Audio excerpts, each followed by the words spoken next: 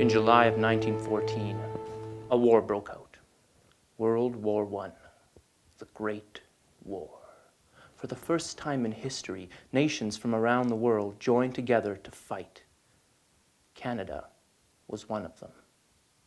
Almost 600,000 Canadian citizens enlisted to fight in that first World War, over 10% of the population. Among them was one Alwyn Bramley-Moore, an Edmontonian. Alwyn was born in England, but he moved to Canada as a young man. He started in Ontario and then made his way west until he reached Edmonton, Alberta, where he stayed. He made quite a name for himself there. He was an entrepreneur, a homesteader, a writer, and a member of provincial parliament. Alwyn liked to spend his spare time at Cold Lake, a popular place to hunt, canoe, and picnic. On one of these days, word reached Alwyn that war had broken out. He immediately dropped his canoe and returned home to enlist. How long did he sign on to fight in the war? A year? 2? Alwyn signed on to fight as long as the war lasted. But that didn't matter. After all, everyone was sure it was going to be a short war, over by Christmas. 6 months at the most. Why? What made a successful man like Alwyn leave everything behind and enlist to fight on the front lines of a world war? That's his business, I suppose. I wouldn't worry myself about it too much.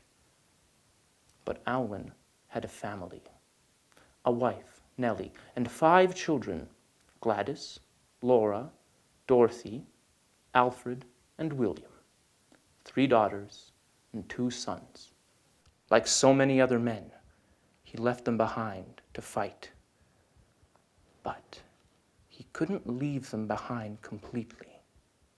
He wrote letters to them constantly, all the time.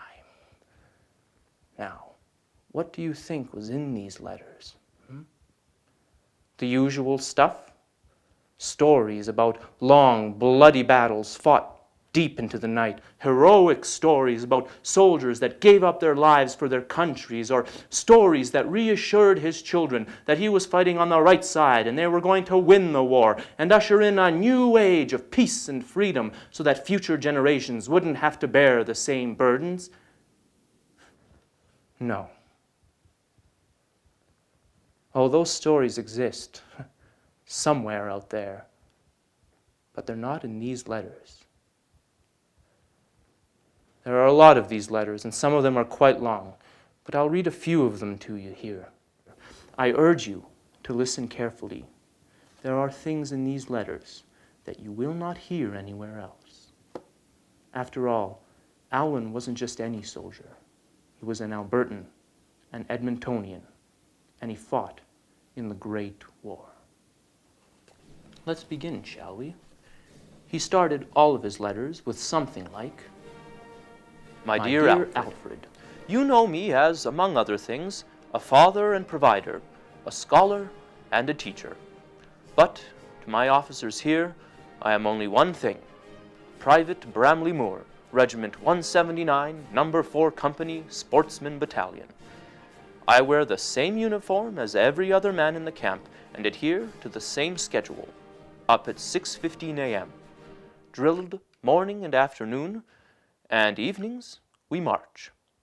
Our battalion has a large band, so we hear a lot of tunes. Our regimental march is the British Grenadiers. Some talk of Alexander, and some of Hercules, of Hector and Lysander, and such great names as these. But of all the world's great heroes, there's none that can compare with the tow row, row, row, row, row to the British Grenadiers. They always play it just as we enter the gates of our barrack after a march. I think it is a nice tune. Get someone to play it for you, and you will know the tune that we often march to. From your affectionate father, Alwyn. That's how he signed his letters. Rather nice, isn't it? A good start for us. During that first year, Alwyn spent all of his time training, and all of his letters during that time expressed his impatience, anxiety, and sometimes boredom.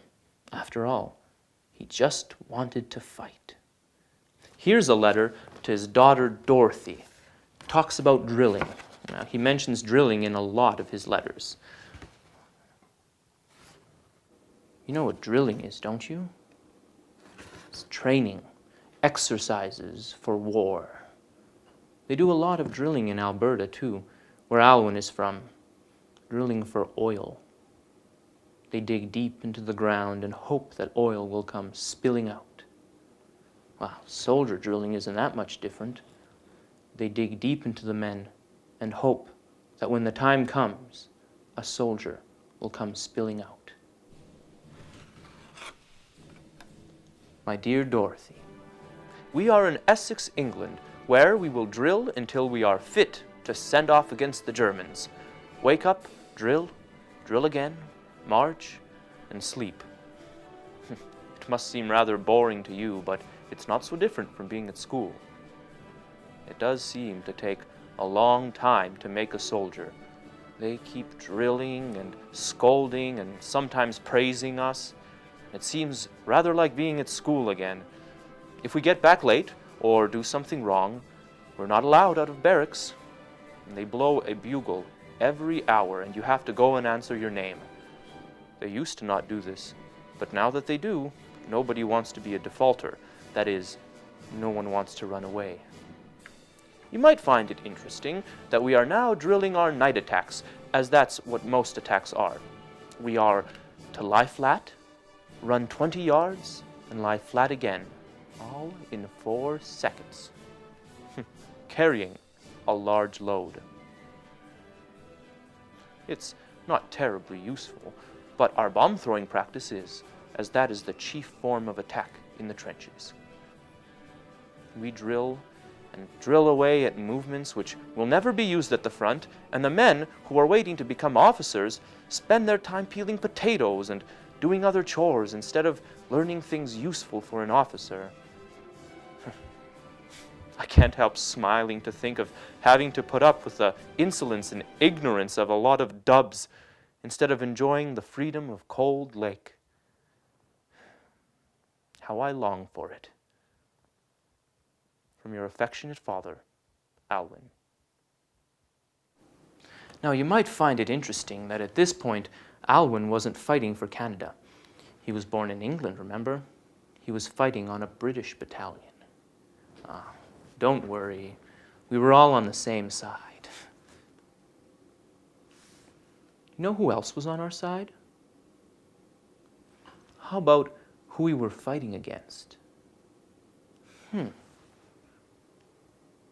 Allow me.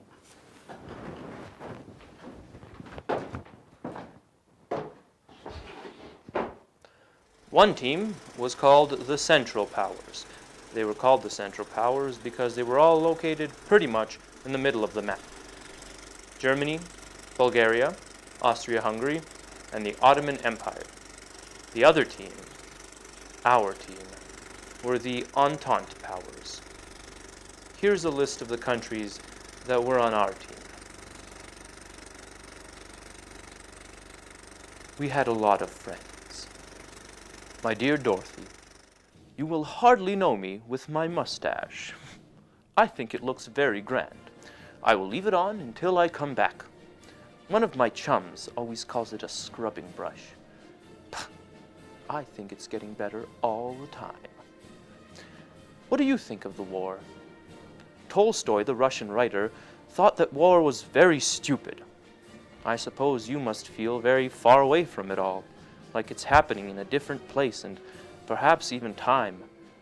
But read history, and you will find that in time, war reaches farther than the battlefield, and your thoughts are as valid as any other person's. Perhaps they should be worth a great deal more. After all, you will have to put up with the world for quite some time after we adults are through with it.